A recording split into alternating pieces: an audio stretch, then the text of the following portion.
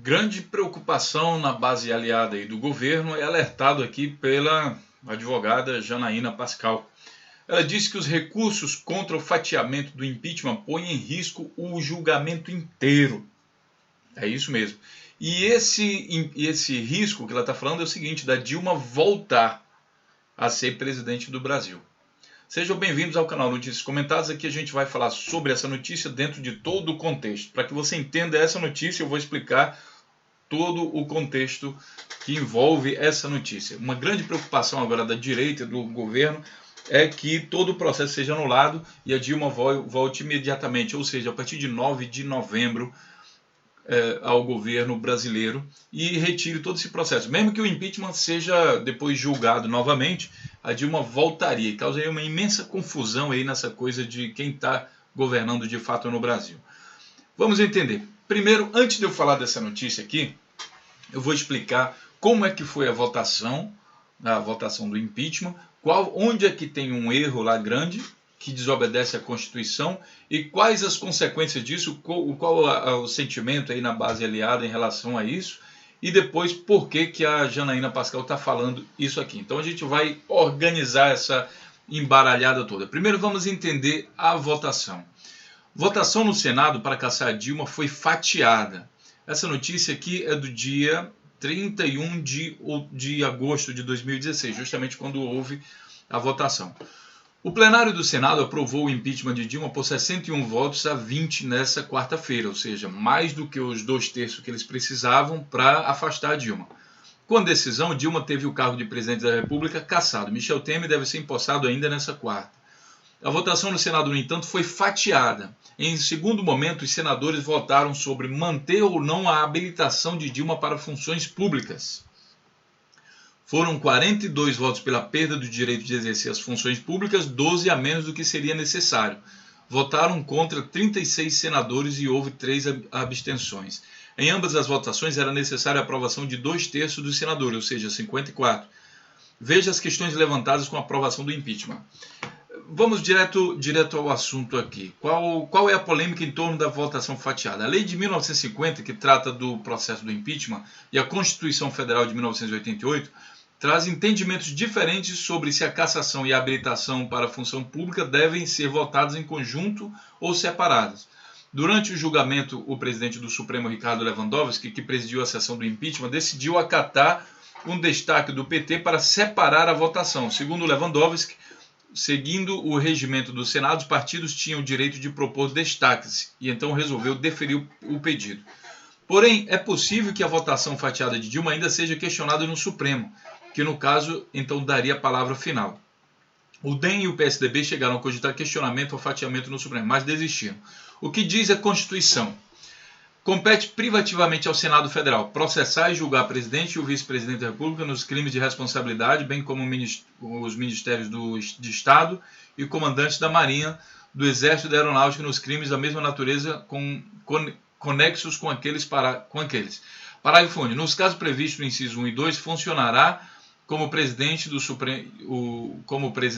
do Supremo Tribunal Federal, limitando-se à condenação que somente será proferida por 2/3 do voto do Senado Federal. A perda do cargo com inabilitação por 8 anos para exercício de função pública sem prejuízo de demais sanções judiciais cabíveis. O que diz a lei de 1079 de 1950? No caso de condenação, o Senado, por iniciativa do presidente, fixará o prazo de inabilitação do condenado para o exercício de qualquer função pública e, em caso de haver crime comum, deliberará ainda sobre se o presidente deverá se submeter à justiça ordinária, independente da ação de qualquer interessado. Então você vê que há uma discordância aqui, né?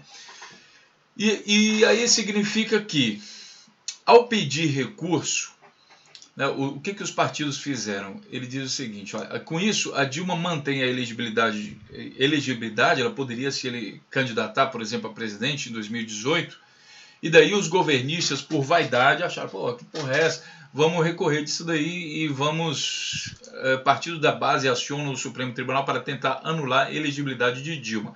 Por quê? Porque causou o que é o mal-estar entre os governistas. Então eles resolveram acionar o STF e já deram entrada. O documento foi assinado por PSDB, PMDB, DEM, PPS e Solidariedade. O Senado aprovou o impeachment, mas manteve habilitação a cargos públicos. Inclusive, teve até direito a uma opinião do Gilmar Mendes, que é ministro do Supremo Tribunal Federal. Diz que o fatiamento do impeachment é no mínimo bizarro. Para presidente do TSE, o resultado do julgamento de Dilma abre precedente que preocupa e pode repercutir negativamente na cassação de outros políticos. A opinião do Gilmar Mendes, que ele também achava que deveria ser automático. Se foi aprovado o impeachment, então automaticamente ela não pode se eleger a cargo nenhum e está proibida por 8 anos, conforme a Constituição. Então, o que diz aqui? Eles entraram com o pedido e daí a Janaína, preocupada já com isso pode acontecer, ela pede aos partidos que retirem o recurso contra o fatiamento. Tá? Por quê? Ela diz entender que mandatos de segurança podem colocar todo o julgamento do impeachment em risco. A jurista Janaína Pascal, uma das autoras do processo de impeachment de Dilma, não ficou nada satisfeita com a decisão de várias associações e partidos políticos de ingressarem no Supremo contra o fatiamento. Para a advogada é uma questão menor e pode colocar em risco todo o julgamento. Em seu perfil do Twitter, a jurista escreveu uma enxurrada de publicações com apelo direto aos senadores. É claro que, apesar dela ser advogada, que ela tem que se basear na coisa das leis, ela precisa envolver um certo misticismo para que ela tenha mais credibilidade nas suas afirmações. Eu peço, pelo amor de Deus, que quem já impugnou o julgamento no Senado desista das medidas interpostas. Eu peço, pelo amor de Deus, que os partidos que ainda não impugnaram não interponham nenhum tipo de medida. Quer dizer, já foi aprovado, deixa como está. Essa reportagem aqui é da Veja, do dia 2 de setembro. Tá? Quem já colocou, deixa como está, não mexe mais nisso, porque se for mexer isso, se for cutucar, vai colocar em risco todo o julgamento. Ainda aqui nessa notícia, a gente tem a seguinte situação. De acordo com a lei, após a abertura do processo, a presidente é afastada provisoriamente por 180 dias. E ao fim do prazo, a presidente volta às suas funções enquanto o Senado dá sequência no processo. No caso de Dilma, essa data seria 9 de novembro. Por que isso? Se o impeachment for anulado, ainda que se marque novo julgamento, Dilma voltará imediatamente para o poder, pois terão passado os 180 dias, que é justamente no 9 de novembro.